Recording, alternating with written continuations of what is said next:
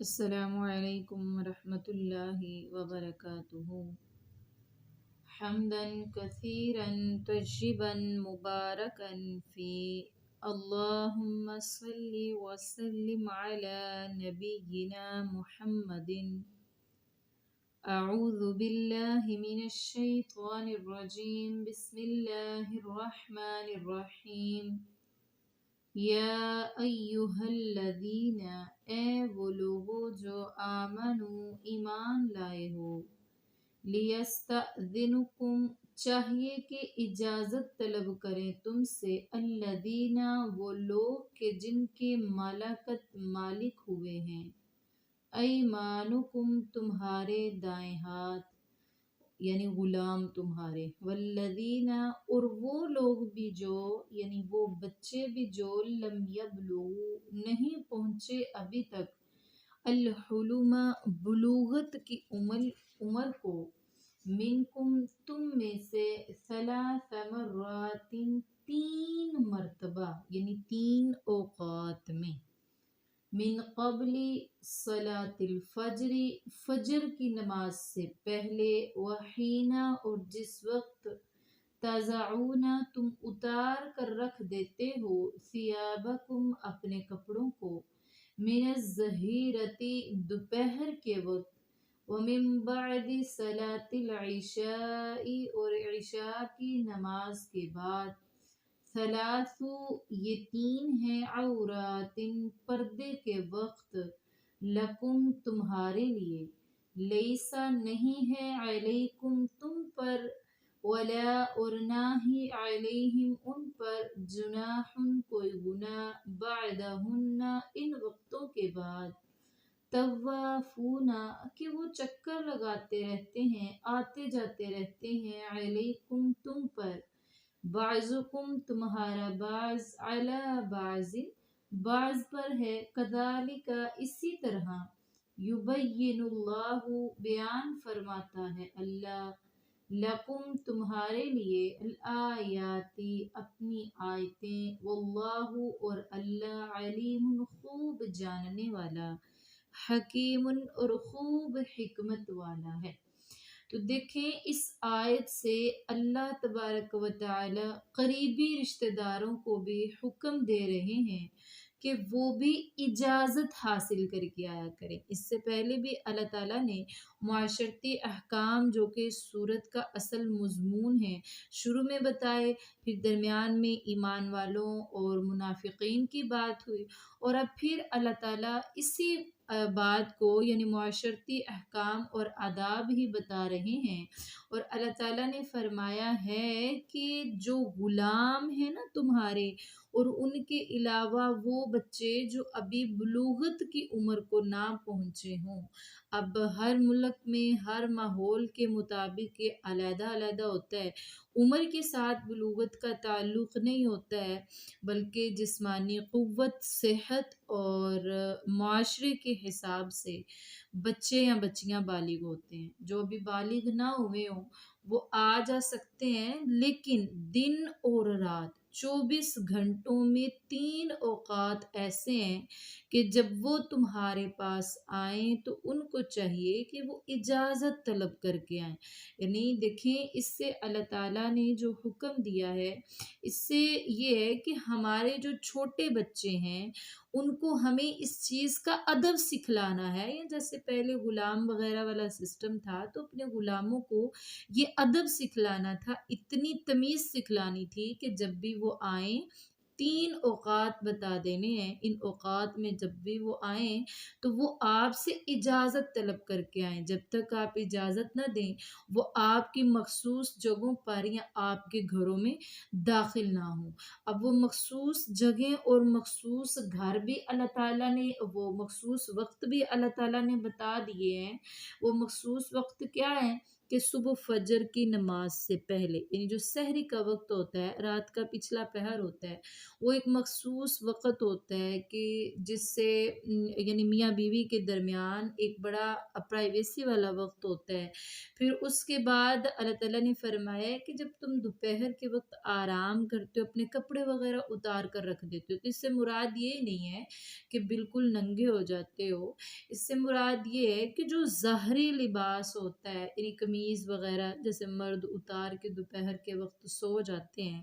یا پھر عورتیں سوتے وقت اگر دوپٹہ اتار کے سائڈ پہ رکھ لیتے ہیں، ویسے بہتر تو ہوتا ہے سر ڈھانپ کے سویا جائے، لیکن کچھ عادت ہوتی ہے کچھ کی، تو اتار کر سائڈ پہ رکھ لیتی ہیں اور وہ نہیں چاہتی ہیں کہ بغیر دوپٹے کے ان کو یہ بچے یا پھر غلام وغیرہ دیکھیں، اور اچھی بات بھی نہیں ہے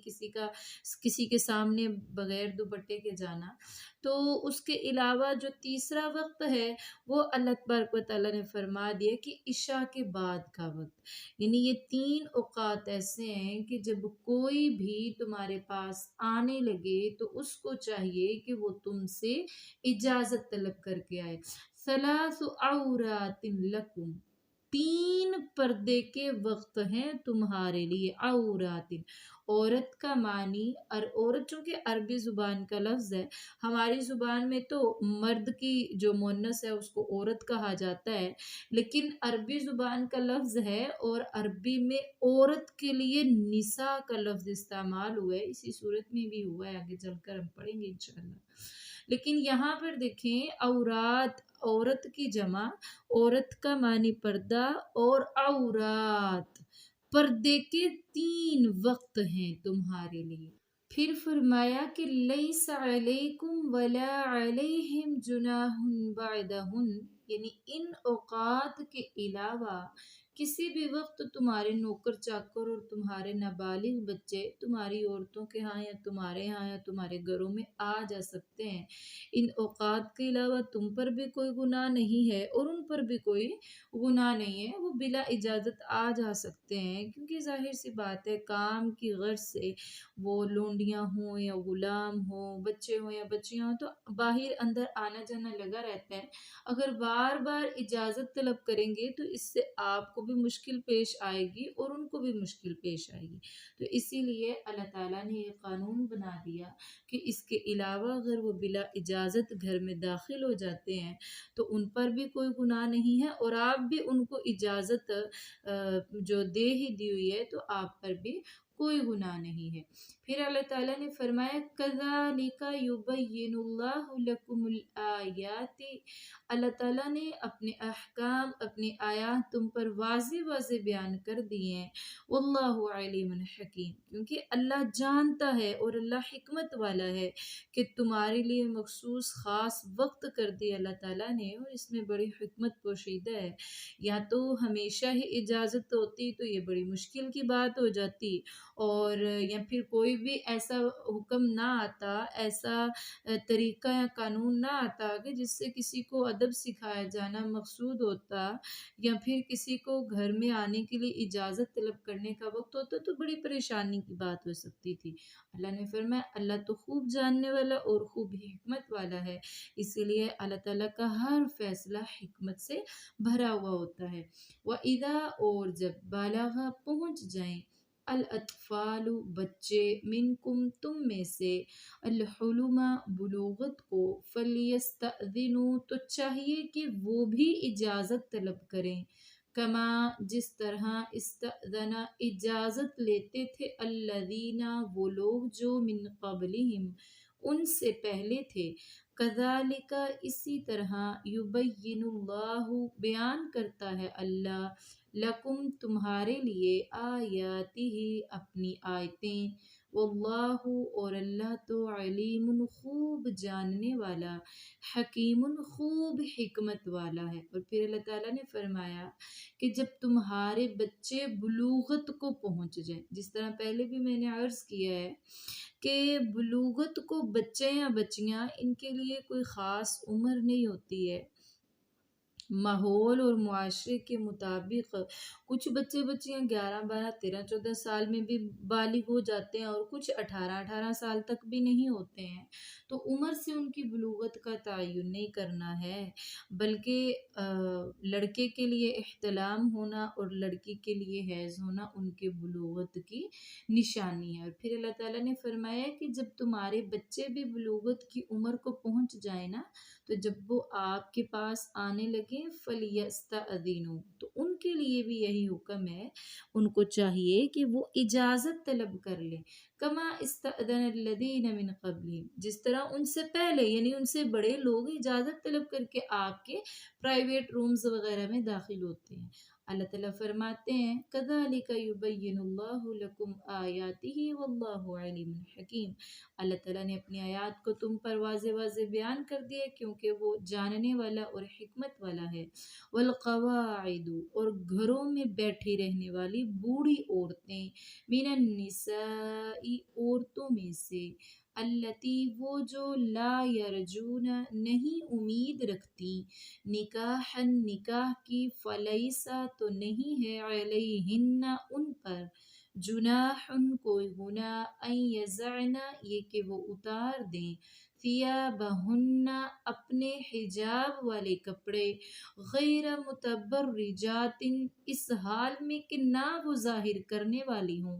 بزینت، اپنی زینت کو، وَأَنْ، اور یہ کہ یستعففن، وہ بچیں اس سے بھی، خیرن، تو یہ بہتر ہی ہوگا، لہن، ان کے لیے، واللہ، اور اللہ، سمیع، خوب سننے والا، علیم، خوب جاننے والا ہے۔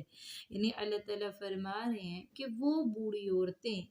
جن کو اب نکاح کی خواہش نہیں رہی ہے، یا پھر ان کو اب حیض وغیرہ آنا بند ہو گیا ہے، جو بالکل بوڑھی ہو گئی ہیں، جن کو اب زینت وغیرہ کا کوئی خاص نہیں خواہش رہی ہے، تو ان کے لیے یہ ہے کہ وہ ان یضعن ثیابہن، اپنے کپڑے اتار سکتے ہیں، لیکن کپڑوں سے مراد یہ نہیں ہے کہ وہ سطر والے کپڑے اتار لیں، نہیں، حجاب والے کپڑے اتار سکتی ہیں۔ مثلا ان کے کوئی گاؤن وغیرہ پہن کر عبایا شرعی پردہ کرتی تھی، تو اب اس کو اجازت ہے کہ گھر سے باہر جاتے وقت وہ اوڑھنی جو بڑی سی اوڑھ لیتی تھی، عبایا، چادر، جو بھی ہوتا ہے، وہ اتار سکتی ہے، لیکن وہ زینت اپنی ظاہر نہیں کرے گی۔ زینت ظاہر بوڑھی عورت بھی باہر جاتے ہوئے نہیں کرے گی۔ اور پھر فرمایا وَأَن يَسْتَعْفِفْنَ، اگر وہ اس چیز سے بچے تو بہتر ہے اس کے لیے، لیکن کوئی زیادہ ہی بوڑھی ہو گئی ہے، اب ایسی کسی کام اور ایسی چیز کی حاجت ہی نہیں رہی ہے، اور جب باہر نکلتی ہے تو کوئی بھی نہ بوڑھا نہ جوان اس کی طرف مائل نہیں ہوتا ہے، تو پھر وہ دوپٹے میں باہر ہے، لیکن دوپٹہ بھی بڑا ہونا چاہیے، اس کا بدن کم از کم ڈھکا ہوا ہونا چاہیے، تو تب وہ اپنے چہرے کو ننگا کر سکتی ہے، لیکن دوپٹہ پہن کر ہی اوڑھنی اوڑھ کر ہی جائے گی، چہرے اور ہاتھوں سے کا جو حجاب ہے وہ اتار سکتی ہے۔ پھر فرمایا کہ لیسا، نہیں ہے، علی العامہ، اندھے پر، حرجن، کوئی حرج، ولا، اور نہ ہی، علی الاعرج، لنگڑے پر، حرجن، کوئی حرج، ولا، اور نہ ہی، علی المریض، مریض پر، حرجن، کوئی حرج، ولا، اور نہ ہی، علی انفسکم، تمہارے اپنے آپ یعنی تمہاری جانوں پر کوئی حرج،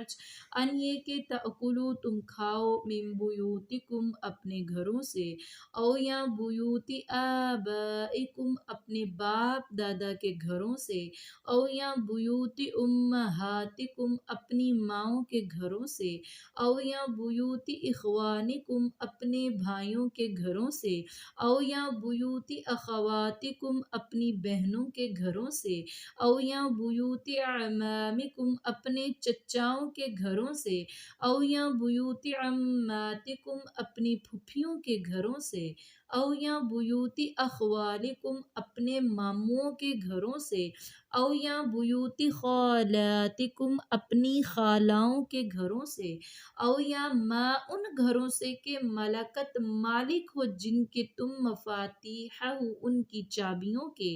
او یا صدیقکم اپنے دوستوں کے گھروں سے، لیسا نہیں ہے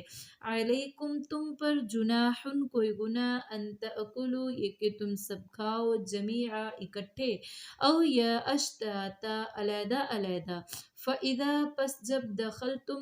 تم داخل ہو بیوتن گھروں میں، فَسَلِّمُوا تو سلام کر لیا کرو، عَلَىٰ أَنفُسِكُمْ اپنے گھر والوں پر، اپنے آپ پر، تحیتاً یہ تو دعائے خیر ہے، من عند اللہ جو اللہ تعالیٰ کی طرف سے مقرر ہو چکی ہے، مبارکتاً جو بڑی بابرکت ہے، طیبتاً پاکیزہ ہے، کذالک اسی طرح یبین اللہ بیان فرماتا ہے اللہ لکم تمہارے لیے الآیات آیتیں، لعلکم تاکہ تم تعقلون عقل کرو، سمجھو، عقل سے کام لو۔ اس آیت میں معاشرہ کے مختلف قسم کے لوگوں کے ایک دوسرے کے ہاں کھانا کھانے کے متعلق آداب اور احکام بیان ہوئے ہیں۔ آیت کا ابتدائی حصہ تو معذور لوگوں سے تعلق رکھتا ہے، یعنی ایسے لوگ جو خود کما نہیں سکتے، جو مریض ہیں، لنگڑے ہیں وغیرہ وغیرہ، وہ خود تو کما نہیں سکتے، اس لیے وہ دوسروں کے گھروں سے کھانا کھا سکتے ہیں، اس چیز میں کوئی حرج ہی نہیں ہے اور انہیں اس چیز میں عار بھی محسوس نہیں کرنا چاہیے، اور چونکہ معاشرہ کے لوگوں پر بھی ان کا حق ہے، لہٰذا ہر معاشرے کے لوگوں کو چاہیے کہ وہ ایسے لوگوں کو کھانا کھلانے کے سلسلہ میں فراخ دلی سے کام لے۔ اور اب ایک بات یہ بھی تھا کہ دور جاہلیت میں اس قسم کے معذور لوگ جو خود تو کما نہیں سکتے تھے، فقیر قسم کے لوگ ہوتے تھے، اور تندرست لوگوں کے ساتھ مل کر کھانا کھانے میں یہ خود بھی جھجک محسوس کرتے تھے، انہیں یہ خیال آتا تھا کہ شاید دوسروں کو ہمارے ساتھ کھانا کھانے سے نفرت ہوگی، وہ اسے ناگوار محسوس کریں گے، تو اللہ تعالیٰ نے فرمایا کوئی حرج نہیں ہے۔ اور تیسری یہ بھی بات ہے کہ جو لوگ اس طرح کے تھے وہ ہی ان سے نفرت کرتے، اکڑ قسم کی طبیعت کے مالک وہ ان سے نفرت کرتے اور عار محسوس کرتے تھے ان کے ساتھ کھانا کھانے کے کہ ہم تو تندرست ہیں، صحیح سلامت ہیں، تو ہم کیوں کسی معذور یا مریض کے ساتھ کھانا کھائیں۔ اور ایک اور بات یہ بھی تھی کہ جب اللہ تعالیٰ نے فرمایا کہ وَلَا تَأْكُلُوا أَمْوَالَكُمْ بَيْنَكُمْ بِالْبَاطِلِ، یعنی یہ حکم جب نازل ہوا تو مسلمان بہت زیادہ محتاط ہو گئے تھے اور وہ یہ سمجھتے تھے کہ اس قسم کے لوگوں کے ساتھ جب ہم کھانا کھائیں گے تو ظاہر سی بات ہے جو مریض ہے اپنی بیماری کی وجہ سے وہ کم کھانا کھائے گا، پرہیز کرے گا، اور جو معذور لوگ ہیں ان تک کھانا پورا پہنچ نہیں سکے گا، جیسے نابینا ہے وہ نہ تو ہر قسم کے کھانے کو دیکھ سکے گا، تو جو ہم لوگوں میں سے کوئی ساتھ بیٹھا ہوا ہوگا وہ زیادہ کھا لے گا یا اچھی چیز کھا لے گا، تو اس سے بہتر ہے کہ ہم ان کے ساتھ کھانا نہ ہی کھائیں۔ تو اللہ تعالیٰ نے فرمایا کہ کوئی حرج ہی نہیں ہے، اور پھر اس کا شان نزول بھی یہی ہے کہ جب یہ آیت نازل ہوئی تھی وَلَا تَأْكُلُوا أَمْوَالَكُمْ بَيْنَكُمْ بِالْبَاطِلِ، تو مسلمان اس سلسلہ میں ضرورت سے زیادہ محتاط ہو گئے، اور وہ کسی کے گھر بھی جب دعوت پر بھی جاتے جب تک ان سے اجازت نہ لیتے نہ کھاتے، اور اگر کسی کے گھر چلے ہی جاتے تو گھر والیاں یعنی عورتیں ان کو کھانے کے لیے پیش کرتی، تو وہ کہتے جب تک ان مردوں سے اجازت نہ لیں گے، ان گھروں کے سرپرستوں سے اجازت نہ لیں گے تب تک ہم کھانا نہ کھائیں گے۔ تو یہ بڑی مشکل پیش آ رہی تھی، تو اللہ تعالیٰ نے یہ آیت نازل فرمائی اور فرمایا کہ اس بات میں کوئی حرج نہیں ہے کہ تم اپنے گھروں سے کھاؤ، اپنے باپ دادا کے گھروں سے کھاؤ، اپنی ماؤں کے گھروں سے کھاؤ، اپنے بھائیوں کے گھروں سے کھاؤ، یا اپنی بہنوں کے گھروں سے کھاؤ، یا اپنے چچاؤں کے گھروں سے، خالاؤں کے گھروں سے، ماموں کے گھروں سے، تم کسی کے گھر سے بھی، یا پھر اس گھر سے کہ جس گھر کی چابیاں تمہارے پاس ہیں اور جس نے تمہیں چابیاں دی ہیں وہ تمہیں کہہ گیا ہو کہ تم ضرورت کے مطابق یہاں سے کھا سکتے ہو، یا پھر تم اپنے دوستوں کے گھروں سے کھاؤ، تو اس چیز میں کوئی حرج نہیں ہے، تم بلا جھجک کھا سکتے ہو۔ اور گھر والوں کو بھی یہ سب جو ہیں جس طرح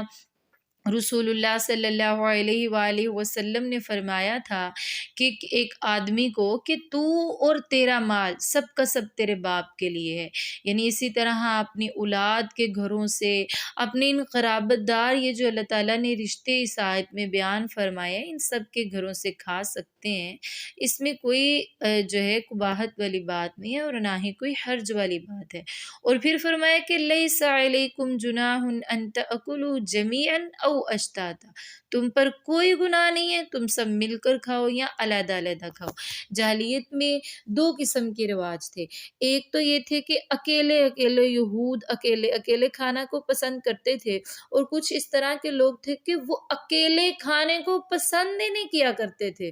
جب تک ان کے ساتھ کوئی مہمان آ کر کھانے میں مل نہ جاتا یا پھر ان کے پاس کوئی آدمی نہ آ جاتا، ایون کہ ان کو چاہے کتنی بھوک کیوں نہیں ستاری ہوتی تھی، وہ باہر جاتے اور کوئی نہ کوئی مہمان یا کوئی آدمی ڈھونڈ کر لاتے جو ان کے ساتھ کھانا کھائے۔ تو اللہ تعالیٰ نے فرمایا کوئی حرج نہیں ہے، اکیلے کھاؤ یا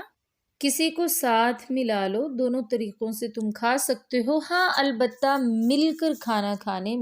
کھانے میں برکت ہوتی ہے اور مل کر ہی کھانا کھانا چاہیے۔ باقی اگر کوئی ساتھ مل کر کھانے والا نہیں ہے تو کوئی بات نہیں ہے، اکیلے بھی کھا سکتے ہو۔ اور پھر فرمایا کہ فَإِذَا دَخَلْتُمْ بُيُوتًا فَسَلِّمُوا عَلَىٰ أَنفُسِكُمْ تَحِيَّةً مِّنْ عِندِ اللَّهِ مُبَارَكَةً طَيِّبَةً، جب بھی تم اپنے گھروں میں داخل ہو یا کسی کے گھروں میں داخل ہو تو تمہیں چاہیے کہ تم فسلمو، سلام کیا کرو۔ اس سے کیا ہوتا ہے؟ تحیۃ من عند اللہ، یہ اللہ تعالیٰ کی طرف سے مقرر کردہ دعائے خیر ہے، اللہ تعالیٰ کی طرف سے ملا ہوا مسلمانوں کو ایک تحفہ ہے، مبارکتاً جو بڑا ہی بابرکت ہے، طیبتاً اور پاکیزہ بھی ہے۔ اور پھر اللہ نے فرمایا کذالک یبین اللہ لکم الآیات لعلکم تعقلون، یعنی یہ تمام طرح کی آیات جو اللہ تعالیٰ کھول کھول کر بیان فرما رہے ہیں، یہ اسی لیے ہے لعلکم تعقلون، تاکہ تم سمجھ جاؤ، ان کو عقل سے کام لو اور ان پر عمل کرنا شروع کر دو۔ آج کا ہمارا سبق یہیں تک۔ سبحان ربک رب العزت عما یصفون وسلام علی المرسلین والحمد للہ رب العالمین۔ سبحانک اللہم وبحمدک نشہد ان لا الہ الا انت نستغفرک ونتوب الیک۔ السلام علیکم ورحمۃ اللہ وبرکاتہ۔